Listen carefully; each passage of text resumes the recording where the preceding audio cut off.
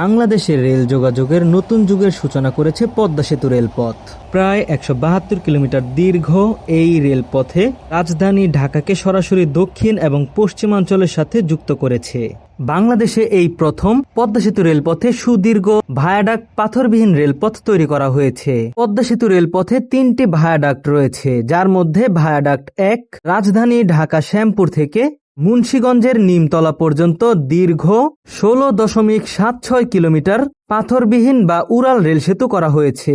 ঢাকার গ্যান্ডারিয়া থেকে বাংলাদেশের প্রথম এলিভেটেড রেল স্টেশন কেরানীগঞ্জ হয়ে নিমতলা পর্যন্ত যেই সেকশনটি রয়েছে সেটি সিংহবাগ অংশ, বুড়িগঙ্গা নদী, ধলেশ্বরী ২টি শাখা নদী, ধলেশ্বরী মেইন নদী, বিভিন্ন বড় বড় বিল এবং ছোট খাল ও জলাশয়ের মধ্য দিয়ে এই সেকশনটি নির্মাণ করা হয়েছে।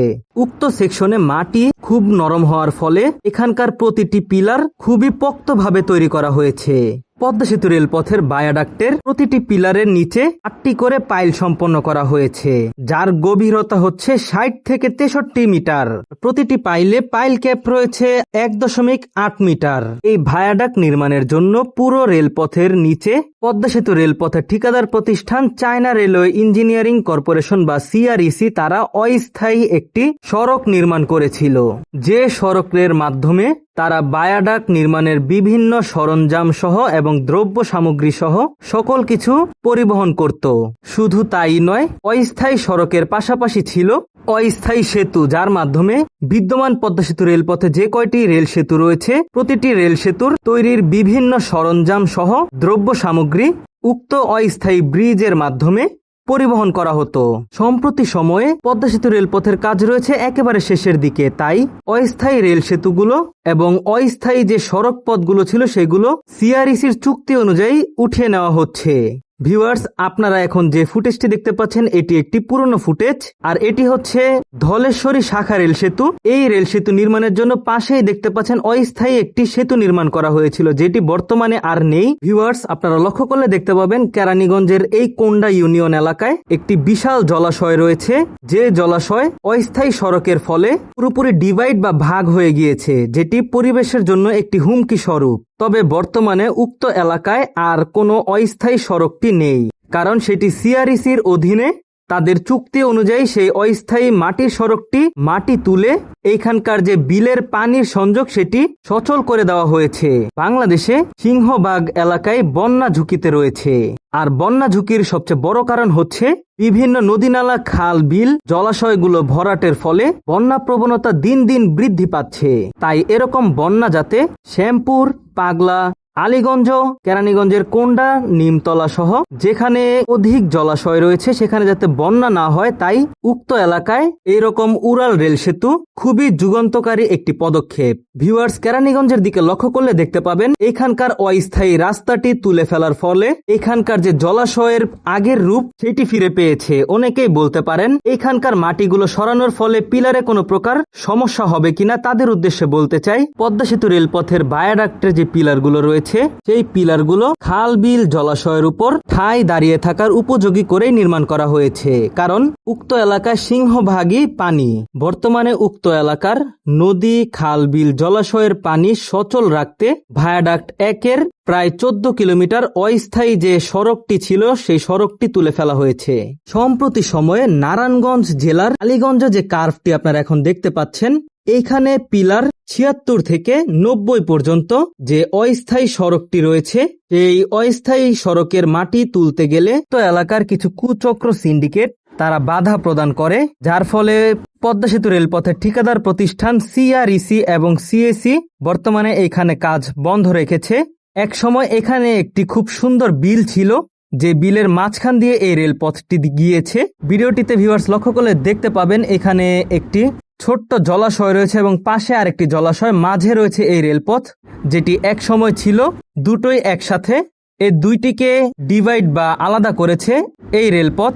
তাছাড়াও বর্তমান যে ভায়াডাক্ট রেলপথ রয়েছে সেটি বাংলাদেশ রেলওয়ের নিজস্ব কিনা জমির উপর নির্মিত। এই ভায়াডাক্ট রেলপথটি দেখতে পাচ্ছেন, এটা হচ্ছে বুড়িগঙ্গা রেল সেতু। এই বুড়িগঙ্গা যে মূল রেল সেতু রয়েছে সেটি হচ্ছে ৯৪ পিলার থেকে ১০১ পিলার পর্যন্ত, আর সামনের দিকে ক্রমান্বয়ে কমেছে প্রতিটি পিলার ক্রমিক নং। আর এই হচ্ছে আলীগঞ্জের সেই বাঁক আর এখানে যে এক্সকেভেটর বা ভেকুটি দেখতে পাচ্ছেন এর মাধ্যমেই মাটি তোলার কাজ করা হচ্ছিল বা অস্থায়ী যে সড়কটি তৈরি করা হয়েছিল সেইটি তোলার কাজ করা হচ্ছিল। চলুন ভিউয়ার্স ধীরে ধীরে আপনাদের সামনে নিয়ে যাই, আপনাদের দেখিয়ে নিয়ে আসি একেবারে A to Z আপডেট। এখান থেকে আমরা যতটুকু জানতে পেরেছি তারা বলছে এখানে আলীগঞ্জ থেকে মেইন রোড পর্যন্ত একটি সড়ক নির্মাণ চায়। আসলে আলীগঞ্জ থেকে একটি সড়ক রয়েছে যেটি ভিতর দিয়ে মেইন রোডে আসা যায় এবং পাগলার দিকেও একটি সড়ক রয়েছে যেটি নন্দলালপুরের দিকে অবস্থিত। নন্দলালপুরে খুব শীঘ্রই ঢাকা নারায়ণগঞ্জ সেকশনের ডুয়েল গেজ রেলপথের আওতায় একটি বৈধ রেলগেট নির্মাণ করা হবে। দুইটি সড়ক পথ থাকতেও এইখানে আরেকটি সড়ক পথ নির্মাণ কোনোভাবে যুক্তিযুক্ত হবে না, কারণ ভবিষ্যতে এইখান দিয়ে যখন পদ্মা সেতুর নতুন আরেকটি রেলপথ তৈরি করা হবে তখন ভবিষ্যতে যদি এখানে রাস্তা তৈরি হয় সে রাস্তাটি পুনরায় ভেঙে ফেলতে হবে, কারণ রেল কর্তৃপক্ষ এখানে ভবিষ্যতে আরেকটি রেলপথ নির্মাণের কথা চিন্তা করেই প্রস্থে বাড়তি জায়গা ক্রয় করে রেখেছে। পদ্মা সেতু রেলপথ নির্মাণে আমরা দেখতে পেয়েছিলাম গ্যান্ডারিয়া থেকে ঢাকা কমলাপুর পর্যন্ত রেলপথের পাশে যে উভয় সড়ক পথ ছিল সেই সড়ক পথে অবৈধ স্থাপনাকে সরাতে অনেকটা বেগ পোহাতে হয়েছিল রেল কর্তৃপক্ষ এবং উক্ত ঠিকাদার প্রতিষ্ঠানকে। তাই আমরা চাই যে রেলের নিজস্ব জমি কোনোভাবেই যেন অন্য কাজে ব্যবহার না হয়, যাতে ভবিষ্যতে নতুন রেলপথ নির্মাণে সেটি ব্যবহার করতে পারে। তাছাড়াও এইখানকার যে লেকের বা বিলের সৌন্দর্য সেটি ফিরিয়ে আনতে অবশ্যই এই অস্থায়ী রাস্তার মাটিটি সরাতে হবে, আর মাটিগুলো সরালেই পূর্বের যে আলীগঞ্জের সৌন্দর্য সেটি ফিরে আসবে। সম্মানিত ভিউয়ার্স, আমরা এখন চলে এসেছি সেই মূল জায়গায়। এইখান থেকেই অস্থায়ী যে রাস্তাটি ছিল সেটির মাটিগুলো সরানোর কাজ করছিল বর্তমান চায়না ঠিকাদার প্রতিষ্ঠান CREC।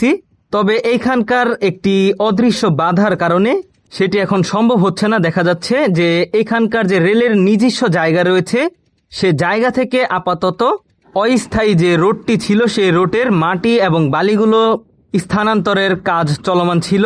চলুন ভিউয়ার্স আমরা ধীরে ধীরে সামনের দিকে এগিয়ে যাই, আপনাদেরকে আপডেট প্রদান করি।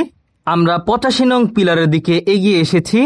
ভিউয়ার্স দেখতে পাচ্ছেন এইখানকার মাটিগুলো স্থানান্তর করা হয়েছে, আর দূরে লক্ষ্য করা যাচ্ছে এখানে একটি রেলের পিলার রয়েছে যেটি রেলের নিজস্ব পিলার, কারণ রেলের যতটুকু জায়গা রয়েছে ততটুকু জায়গার মধ্যে রেল তাদের পিলার তৈরি করেছে যাতে করে অবৈধ স্থাপনা বা যে কোনো কিছুই দখল না হয়ে যায়।